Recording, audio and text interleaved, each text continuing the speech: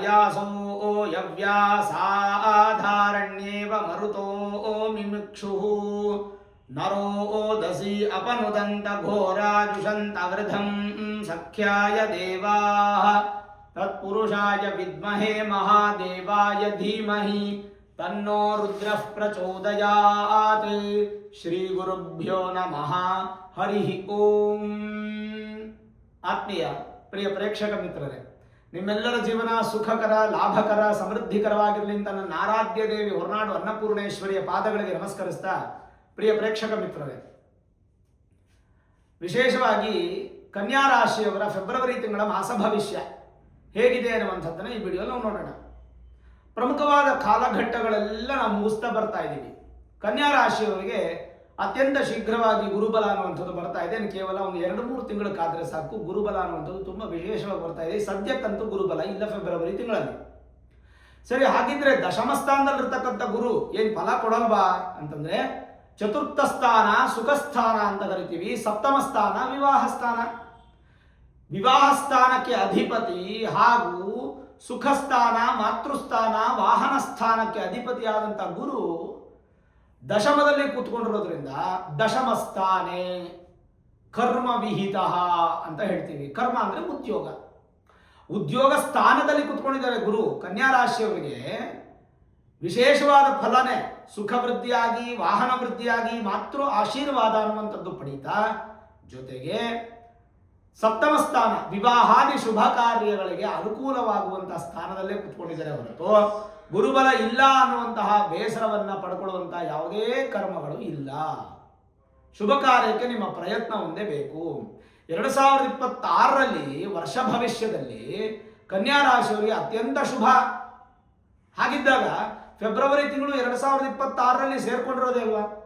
ಏನು ಗುರುಬಲ ಇಲ್ಲ ಅಂತಂದ್ರೆ ಸ್ವಲ್ಪ ಮಟ್ಟಿಗೆ ಸ್ವಲ್ಪ ಬಲ ಕಮ್ಮಿ ಅಷ್ಟೇ, ಬಿಟ್ರೆ ಗುರುಬಲ ಬಂದ ಮೇಲಂತೂ ನೀವೇ ರಾಜರಲ್ವಾ.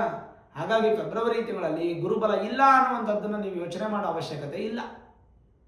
ಇನ್ನು ಶನಿ ಪರಮಾತ್ಮ ಪೂರ್ವ ಪುಣ್ಯ ಸ್ಥಾನಕ್ಕೂ ಋಣರೋಗ ಶತ್ರು ಸ್ಥಾನಕ್ಕೂ ಅಧಿಪತಿಯಾದಂಥ ಶನಿ ಸಪ್ತಮದಲ್ಲಿದ್ದು ನೇರ ದೃಷ್ಟಿ ನಿಮ್ಮ ರಾಶಿ ಮೇಲೆ ಇದೆ. ನಿಮ್ಮ ರಾಶ್ಯಾಧಿಪತಿ ಬುಧನಿಗೆ ಶನಿ ಪರಮಾತ್ಮ ಮಿತ್ರ.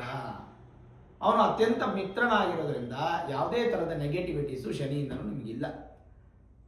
ನೋಡ್ಕೊಳ್ಳೋಣ, 2028 ಫೆಬ್ರವರಿಯಲ್ಲಿ ಕನ್ಯಾ ರಾಶಿಯವರಿಗೆ ಬರ್ತಕ್ಕಂಥದ್ದು ಅಷ್ಟಮ ಶನಿ ಪ್ರಭಾವ.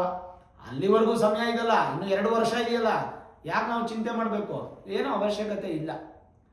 ಸರಿ, ಗ್ರಹಗಳ ಬದಲಾವಣೆ ಹೇಗಾಗ್ತಿದೆ ಫೆಬ್ರವರಿ ತಿಂಗಳು ಅಂತಂದ್ರೆ, ನಮಗೇನೋ ವರ್ಷವಿಡೀ ಇರುವಂತಹ ಬಲ ನಮಗೆ ಫೆಬ್ರವರಿ ತಿಂಗಳಲ್ಲೇ ಸಿಗುತ್ತೆ. ಕಾರಣ, ಆ ಈಶ್ವರಾರಾಧನೆ ಮಾಡುವಂತಹ ಒಂದು ದಿನ ಈ ಫೆಬ್ರವರಿ ತಿಂಗಳಲ್ಲಿ ಬರುತ್ತೆ. ಮಹಾಪರ್ವ ಕಾಲ ಅಂತ ಕರಿತೀವಿ ನೋಡಿ. ಕಾಲ, ಶುಭ ಕಾಲ, ವಿಶೇಷ ಕಾಲ, ಅದ್ಭುತ ಕಾಲ, ಪರ್ವಕಾಲ, ಮಹಾಪರ್ವಕಾಲ. ಮಹಾಪರ್ವಕಾಲ ಅನ್ನುವಂಥದ್ದು ನಾವು ಕಾಣ್ತಾ ಇದ್ದೀವಿ ಫೆಬ್ರವರಿ ತಿಂಗಳಲ್ಲಿ. ಚಾಂದ್ರ ಸೌರ ಮಹಾಶಿವರಾತ್ರಿ ಮಹೋತ್ಸವ 15ನೇ ತಾರೀಕು. ಅವತ್ತಿನ ದಿನ ಈಶ್ವರಾರಾಧನೆ, ಜಗತ್ತಿನಾದ್ಯಂತ ಈಶ್ವರಾರಾಧನೆ ಆಗುತ್ತೆ. ಸ್ವಾಮಿಯನ್ನ ಪೂಜೆ ಮಾಡುವಂಥದ್ದು.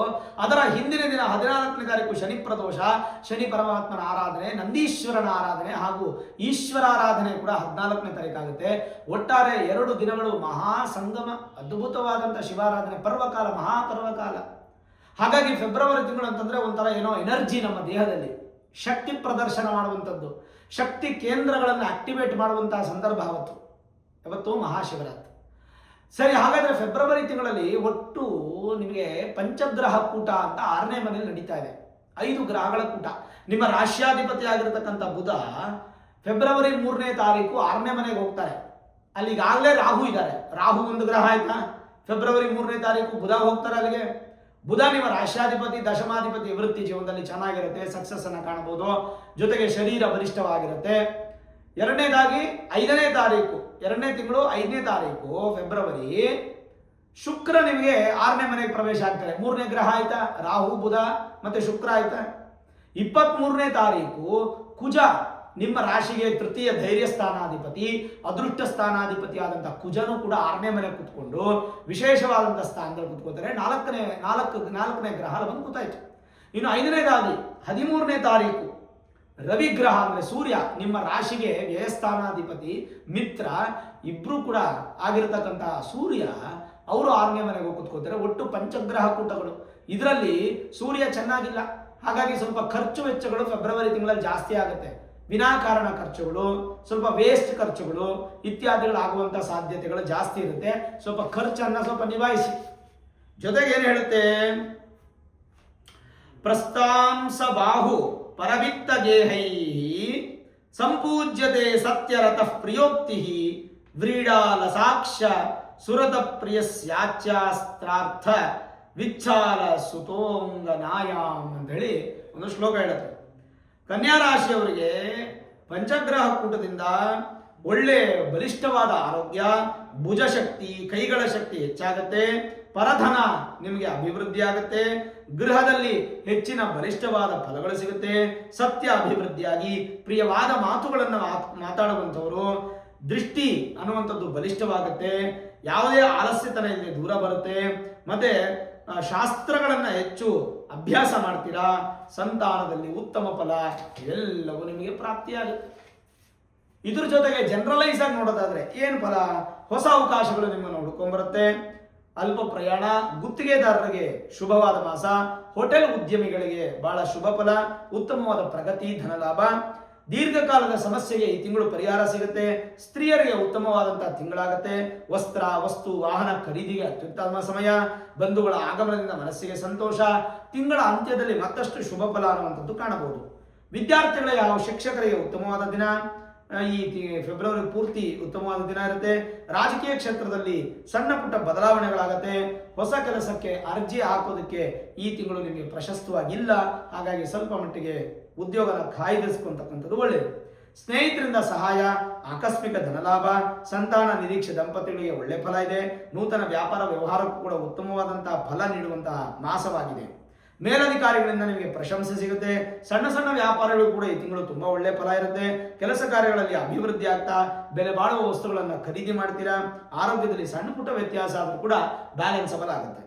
ರೈತರಿಗೆ ಬಹಳ ಉತ್ತಮವಾದ ಫಲ, ಒಳ್ಳೆ ವ್ಯವಸಾಯ, ಮೃಷ್ಟಾನ್ನ ಭೋಜನ, ಜೊತೆಗೆ ಹಣ ಸಂಪಾದನೆ, ದೇಹದಲ್ಲಿರ್ತಕ್ಕಂಥ ಆಲಸ್ಯ ದೂರ ಆಗುತ್ತೆ. ಕುಟುಂಬದಲ್ಲಿ ಸಣ್ಣ ಸಣ್ಣ ವಿಚಾರಗಳಲ್ಲಿ ಬರುವಂಥ ವ್ಯಾಜ್ಯಗಳನ್ನು ಬ್ಯಾಲೆನ್ಸ್ ಮಾಡುವಂಥ ಶಕ್ತಿ ನಿಮ್ಗೆ ಸಿಗುತ್ತೆ. ಬಂಡವಾಳ ಹೂಡಿಕೆಗೆ ಉತ್ತಮವಾದ ಮಾಸ. ನಿರ್ಧಾರಗಳನ್ನು ತೆಗೆದುಕೊಳ್ಳೋದಕ್ಕೆ ಈ ಮಾಸ ತುಂಬ ಚೆನ್ನಾಗಿದೆ. ವ್ಯಾಪಾರದಲ್ಲಿ ಸ್ವಲ್ಪ ಕೆಲಸ ಮಾಡೋವರಿಂದ ಸ್ವಲ್ಪ ಕಿರುಕುಳಗಳು ಬರ್ಬೋದು. ಹೊಸ ಹೊಸ ಹೆಜ್ಜೆಗಳನ್ನು ಇಡಬೇಕಾದ್ರೆ ಸ್ವಲ್ಪ ಎಚ್ಚರಿಕೆಯಿಂದ ಇರಿ, ಯಾಕಂದ್ರೆ ಮೋಸ ಹೋಗೋ ಸಾಧ್ಯತೆ ಇರುತ್ತೆ. ಷೇರು ವ್ಯವಹಾರಕ್ಕೆ ಈ ಒಂದು ಮಾಸ ಉತ್ತಮ ಅಲ್ಲ. ವಿವಾಹ ಸಂಬಂಧಪಟ್ಟಂತ ವಿಷಯದಲ್ಲಿ ಮುಂದುವರಿತೀರಾ, ನಿಮ್ಗೆ ಅನುಕೂಲ ಆಗುತ್ತೆ. ಎಷ್ಟೇ ಸಮಸ್ಯೆ ದೊಡ್ಡದಾಗಿದ್ರು ಕೂಡ ಅದನ್ನು ಸಣ್ಣ ಪ್ರಮಾಣಕ್ಕೆ ಪರಿವರ್ತನೆ ಮಾಡಿ ಪರಿಹಾರ ಮಾಡ್ಕೋತೀರಾ. ಅತ್ಯಂತ ಶುಭ ಏನಪ್ಪಾ ಅಂತಂದ್ರೆ ಒಂದು ಬಲಿಷ್ಠವಾದಂಥ ಜೀವನದಲ್ಲಿ ಒಂದು ಫಲ ಬಲ ಅನ್ನುವಂಥದ್ದು ಸಿಗುತ್ತೆ. ಕೃಷಿಕರಿಗೆ ಹಾಲು ಉತ್ಪನ್ನ ಆಗ್ಬೋದು, ಅಥವಾ ತೈಲ ವ್ಯಾಪಾರಿಗಳಿಗೆ ಉತ್ತಮ ಲಾಭ ಆಗ್ಬೋದು, ವಿದ್ಯಾರ್ಥಿಗಳಿಗೆ ಅನುಕೂಲ ಆಗ್ಬೋದು.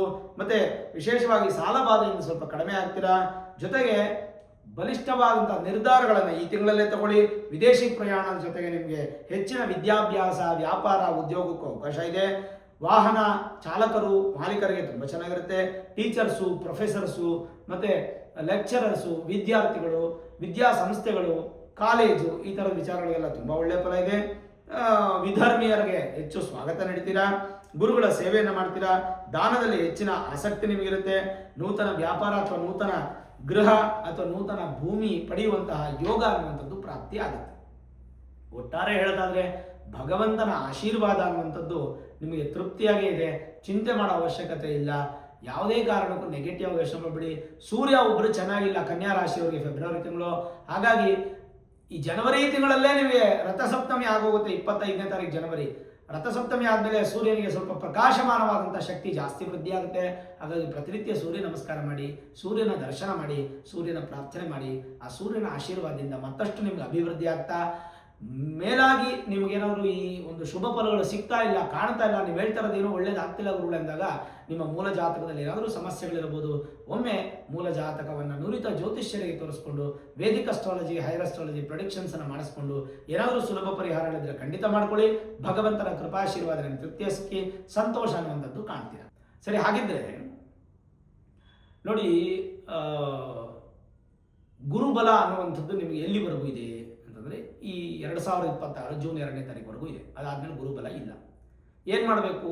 ಸಿಂಹ ರಾಶಿಯವರು ಪ್ರತಿಯೊಬ್ಬರು ಕೂಡ ಗುರುಶಾಂತಿಗೆ ನೀವು ಪಾರ್ಟಿಸಿಪೇಟ್ ಮಾಡಬೇಕು. ಎಲ್ಲ ಕಡೆ ಗುರುಶಾಂತಿ ಮಹಾಯಾಗಗಳು ಮಾಡ್ತಾ ಇರ್ತಾರೆ. ನಿಮ್ಮ ಊರು ಸುತ್ತಮುತ್ತ ಗ್ರಾಮದಲ್ಲಿ ಅಥವಾ ನಿಮ್ಮ ಮನೆಗಳೆಲ್ಲ ಅಕ್ಕಪಕ್ಕದಲ್ಲಿ ಅಥವಾ ದೇವಸ್ಥಾನ ಮಠ ಮಂದಿರಗಳಲ್ಲಿ ಮಾಡ್ತಾ ಇರ್ತಾರೆ. ಅಲ್ಲಿ ಹೋಗಿ ನೀವು ಒಂದು 500, 1000, 2000, 3000 ಟಿಕೆಟ್ ಇಟ್ಟಿರ್ತಾರೆ. ಅದನ್ನು ನೀವು ಬರೆಸಿ ಸಂಕಲ್ಪ ಮಾಡಿಸಿ ಯಾಗಕ್ಕೆ ಪಾರ್ಟಿಸಿಪೇಟ್ ಮಾಡಬೇಕು. ಎಲ್ಲೂ ಆಗಲಿಲ್ಲ ಅಂದರೆ ನಾನು ನಿಮ್ಮ ಸಹಕಾರದೊಂದಿಗೆ 1 ಲಕ್ಷ ಸ್ವಾಹಕಾರದ ಗುರುಶಾಂತಿ ಮಹಾಯಾಗ ಮಾಡ್ತಾ ಇದ್ದೀನಿ. ಜೂನ್ 2ನೇ ತಾರೀಕು ಮಾಡ್ತಾ ಇದ್ದೀನಿ. ಈ 1,000 ಜನಕ್ಕೆ ಮಾತ್ರ ಇದಕ್ಕೆ ಅವಕಾಶ ಇರುತ್ತೆ. ಅದಕ್ಕೆ 1,001 ರೂಪಾಯಿ ನೀವು ಅಮೌಂಟನ್ನು ಪೇ ಮಾಡಿ ನಿಮ್ಮ ರಿಜಿಸ್ಟರ್ ಮಾಡ್ಕೋಬೇಕಾಗುತ್ತೆ. ನಿಮ್ಮ ಹೆಸರು, ಗೋತ್ರ, ನಕ್ಷತ್ರ, ರಾಶಿ, ಪಿನ್ ಕೋಡ್ ಸಮೇತವಾಗಿ ನಿಮ್ಮ ಅಡ್ರೆಸ್ಸನ್ನು ಕೊಟ್ಟು ರಿಜಿಸ್ಟರ್ ಮಾಡ್ಕೋಬೇಕಾಗುತ್ತೆ. 8431384001 ಈ ನಂಬರ್ಗೆ ನೀವು ಫೋನ್ ಮಾಡಿದ್ರೆ ಖಂಡಿತ ರಿಜಿಸ್ಟರ್ ಮಾಡ್ಕೋತಾರೆ. 1000 ಜನಕ್ಕೆ ಮಾತ್ರ ಅವಕಾಶ. ಪ್ರತಿಯೊಬ್ಬರಿಗೂ ಒಂದು ಕರುಂಗಲಿ ಮಾಲಾ ಅನ್ನುವಂಥದ್ದು ಕೊರಿಯರಲ್ಲಿ ಬರುತ್ತೆ. ಶಿವ ಹಾಗೂ ಗುರುಗಳ ಸಂಕೇತವಾಗಿರತಕ್ಕಂಥ ನೆಗೆಟಿವ್ ಎನರ್ಜಿನ ದೂರ ಮಾಡಿ ಪಾಸಿಟಿವ್ ಇನ್ಕ್ರೀಸ್ ಮಾಡುವಂತಹ ಕರುಂಗಲಿ ಮಾಲಾ ವಿತ್ ಸರ್ಟಿಫಿಕೇಟು ಅಕ್ಷತೆ ಸಮೇತವಾಗಿ ನಿಮ್ಮ ಮನೆಗೆ ಬರುತ್ತೆ ಕೊರಿಯರ್ ಮುಖಾಂತರ. 1001 ಜನಕ್ಕೆ ಮಾತ್ರ ಅವಕಾಶ. ಯಾಕಂದರೆ ಹೋದ್ಸಲ ಶನಿಶಾಂತಿ ಮಹಾಯಾಗ ಮಾಡಿದಾಗ ಸುಮಾರು 1000 ಗಟ್ಟಲೆ ಜನ ಆಗೋಗಿ ಸರಿಯಾಗಿ ಒಂದು 100 ಜನಕ್ಕೆ ಪ್ರಸಾದ ಕಳಿಸೋಕ್ಕಾಗಿಲ್ಲ. ಈಗಲೂ ಕೂಡ ಬೇಸರ ಇದೆ. ಹಾಗಾಗಿ ಈ ಸಲ ಆ ಥರ ಆಗೋದು ಬೇಡ ಅಂತೇಳಿ 1000 ಜನಕ್ಕೆ ಮಾತ್ರ ಅವಕಾಶ ಕೊಟ್ಟಿದ್ದೀವಿ. ಈ ಒಂದು ಗುರುಶಾಂತಿ ಮಹಾಯಾಗದ ಜೊತೆಗೆ ಗಣಪತಿ ಹೋಮ, ನವಗ್ರಹ ಹೋಮ, ಇದರಲ್ಲೇ ಶನಿಶಾಂತಿ ಮಹಾಯಾಗ ಕೂಡ ಬರುತ್ತೆ. ಮೃತ್ಯುಂಜಯ ಹೋಮ, ಆಯುಷ್ಯ ಹೋಮ, ನಕ್ಷತ್ರ ಹೋಮ, ಮಧು ಮಿಶ್ರಿತ ಕಮಲ ಪುಷ್ಪ ಶ್ರೀ ಸೂಕ್ತ ಮಹಾಲಕ್ಷ್ಮಿ ಹೋಮ, ಇಷ್ಟು ಹೋಮಗಳನ್ನು ನಾವು ಇಲ್ಲಿ ಈ ಸಲ ಮಾಡ್ತಾ ಇದ್ದೀವಿ. ಈ ಹೋಮಕ್ಕೆ ನೀವು ಪಾರ್ಟಿಸಿಪೇಟ್ ಮಾಡ್ಬೋದು. ದುಡ್ಡು ಕೊಟ್ಟರೆ ಬರಬೇಕು ಅಂತಿಲ್ಲ, ದುಡ್ಡು ಕೊಡಲಿಲ್ಲ ಅಂದ್ರೂ ಬರ್ಬೋದು. ಬೆಂಗಳೂರು ಎಲೆಕ್ಟ್ರಾನಿಕ್ ಸಿಟಿಯಿಂದ ಹೊಸೂರು ಹೋಗುವಂಥ ರೋಡಲ್ಲಿ ಅತ್ತಿಬೆಲೆ ಅನ್ನುವಂಥ ಜಾಗ ಸಿಗುತ್ತೆ. ಅಲ್ಲಿಂದ 1 ಕಿಲೋಮೀಟರ್ ದೂರದಲ್ಲಿ ರಾಜರಾಜೇಶ್ವರಿ ಕ್ಷೇತ್ರ, ಆಂಜನೇಯ ಸ್ವಾಮಿ ಹಾಗೂ ವಿಶೇಷವಾಗಿ ಶನೇಶ್ವರ ಇರತಕ್ಕಂಥ ಮಹಾಕ್ಷೇತ್ರ, ಈ ಜಾಗದಲ್ಲಿ ಮಾಡಬೇಕು ಅಂತ ದೈವ ಪ್ರೇರಣೆ ಆಗಿದೆ.